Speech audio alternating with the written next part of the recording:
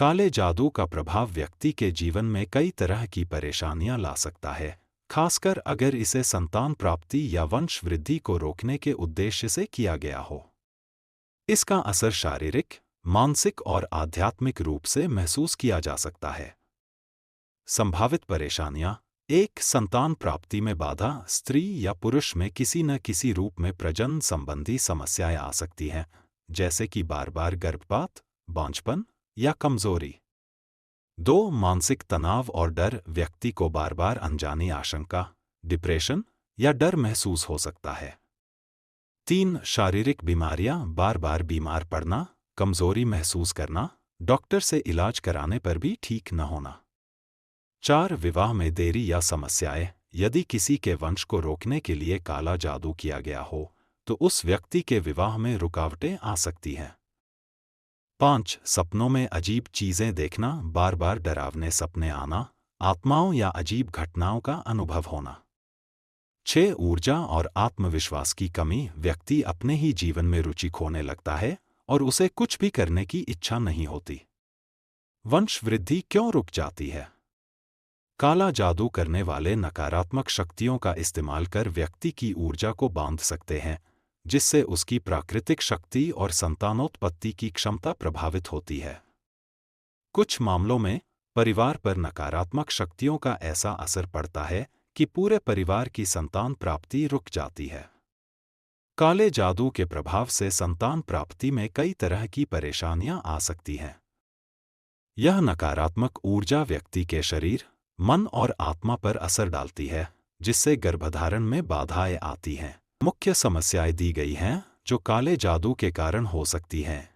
1. स्त्री संबंधित समस्याएं। गर्भधारण में समस्या। महिला गर्भधारण नहीं कर पाती या बार बार असफल प्रयास होते हैं। बार बार गर्भपात। यदि गर्भ ठहर भी जाता है तो कुछ महीनों के बाद अचानक गर्भपात हो जाता है। अकारण मासिक धर्म की गड़बड़ी। अनियमित पीरियड्स, अत्यधिक रक्तस्राव या पीरियड्स न आना। अचानक कमजोरी और थकान। डॉक्टर के इलाज के बावजूद कमजोरी महसूस होना और कोई कारण न मिलना। बांझपन, इनफर्टिलिटी। मेडिकल रिपोर्ट नॉर्मल होने के बावजूद महिला गर्भधारण नहीं कर पाती। 2. पुरुष संबंधित समस्याएं। वीर्य की गुणवत्ता में कमी। शुक्राणु की संख्या कम हो जाती है या उनका मूवमेंट कमजोर हो जाता है। यौन दुर्बलता। बिना किसी मेडिकल कारण के कमजोरी महसूस होना या दाम्पत्य जीवन में समस्या आना। अचानक स्वास्थ्य खराब होना। डॉक्टर से इलाज कराने के बावजूद कमजोरी और सुस्ती बनी रहना।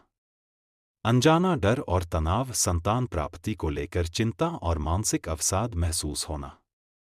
3. नवजात शिशु और गर्भस्थ शिशु पर असर। अचानक गर्भपात या मृत शिशु का जन्म। गर्भ में पल रहे शिशु का विकास रुक जाना। बच्चे में जन्म से ही शारीरिक या मानसिक समस्या होना। शिशु का अचानक बीमार पड़ना और कमजोर रहना। 4. मानसिक और आध्यात्मिक प्रभाव। भय और अजीब अजीब सपने। संतान प्राप्ति में समस्या आने के साथ अजीब डरावने सपने आ सकते हैं। मंदिर जाने की इच्छा न होना। धार्मिक क्रियाओं में अरुचि और पूजा पाठ करने का मन न करना। नकारात्मक शक्तियों की अनुभूति। अचानक घर में अजीब घटनाएं होना, जैसे दीपक का खुद बुझ जाना या घर में अजीब आवाजें आना। बिल्कुल सही।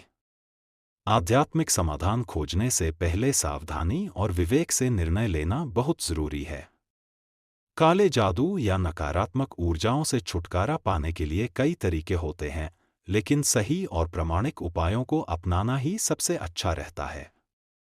अगर आप किसी विशेष व्यक्ति या तांत्रिक के माध्यम से समाधान चाहते हैं, तो आपको यह सुनिश्चित करना चाहिए कि वे सही और विश्वसनीय हों।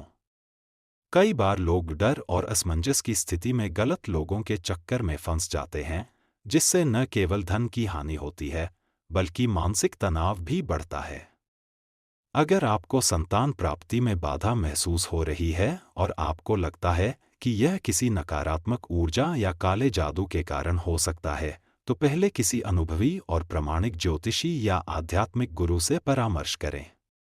अगर आप किसी आध्यात्मिक समाधान की तलाश में हैं, तो पहले अपनी सावधानी और विवेक से निर्णय लें। जो लोग इस वीडियो को देख रहे हैं, वे सूफी जी से एक बार कॉल पर बात करें। वे तुरंत आपकी समस्या को पूरी तरह से समझाकर उसका समाधान बता देंगे। यदि आप काले जादू या किसी अन्य बाधा से लंबे समय से परेशान हैं, तो अब आपको लाभ मिलेगा।